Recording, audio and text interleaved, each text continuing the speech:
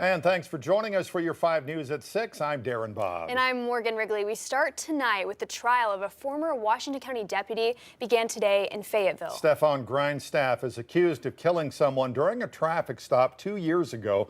5 News reporter Kayla Davis has been in the courtroom where a jury is now seated. Testimony got underway today. Kayla?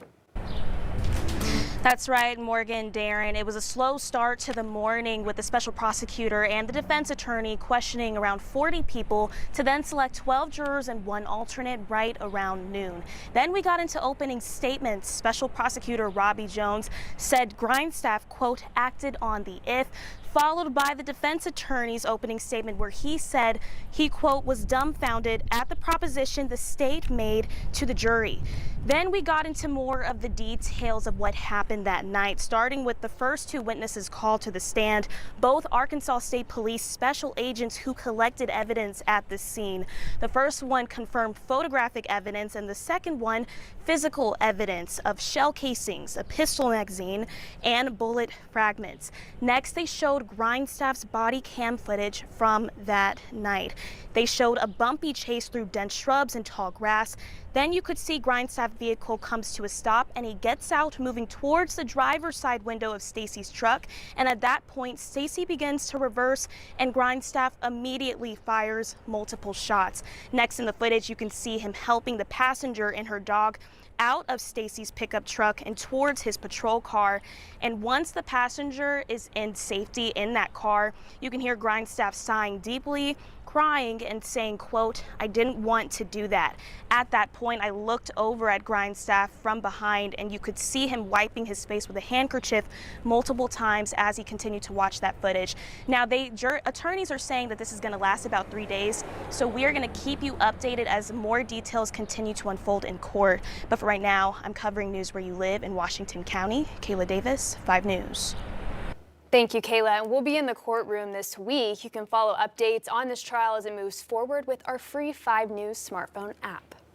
And turning now to the forecast, we are taking a live look over Bentonville from our Jack Links iCam.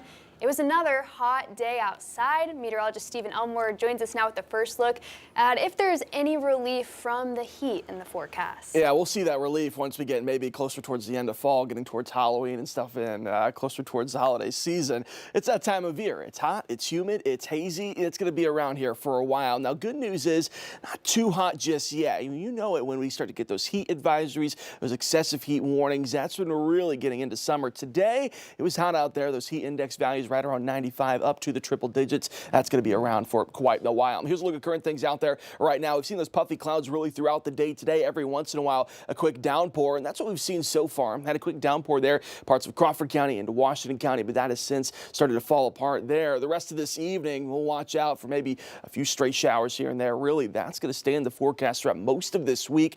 Tomorrow, though, holds a little bit of a higher chance of a few more of those stray showers. So when it comes to what's coming up the rest of this week, that heat index going to be the big story, what it feels like outside, close towards the triple digits. Those pop-up showers going to stay with us really throughout most of this week. But like we mentioned, again, tomorrow afternoon and into the evening hours, a little bit more in the way of some coverage when it comes to how many of those downpours we could see. We'll talk about that coming up in the full forecast in just a bit.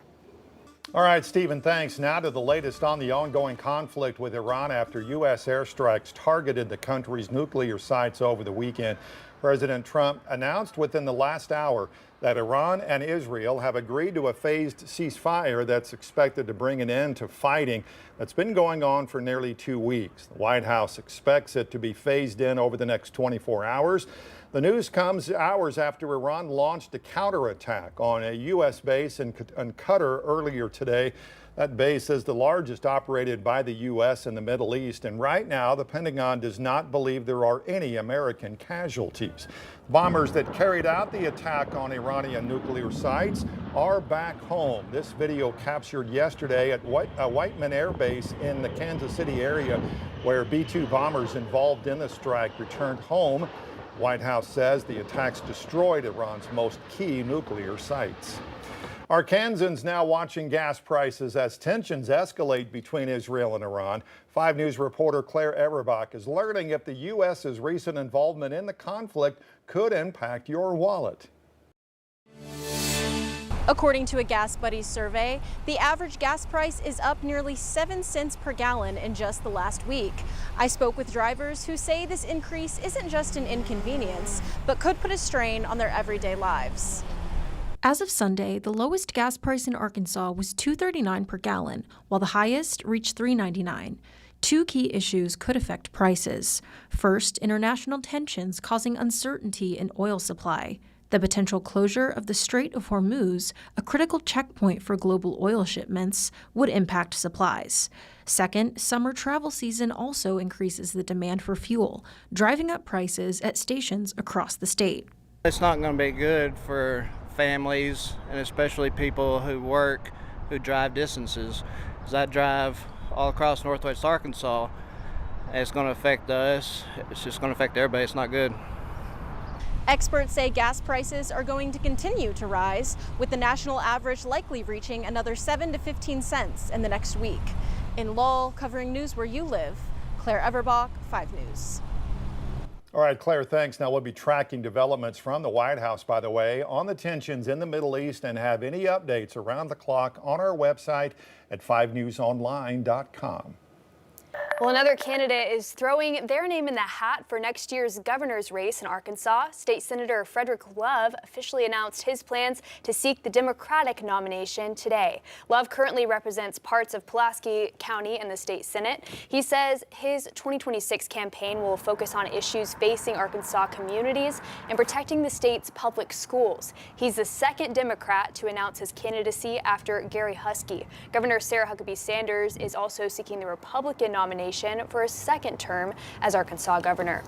And the Greater Fort Smith Association of Home Builders hosted an event that aims to teach kids about careers in construction.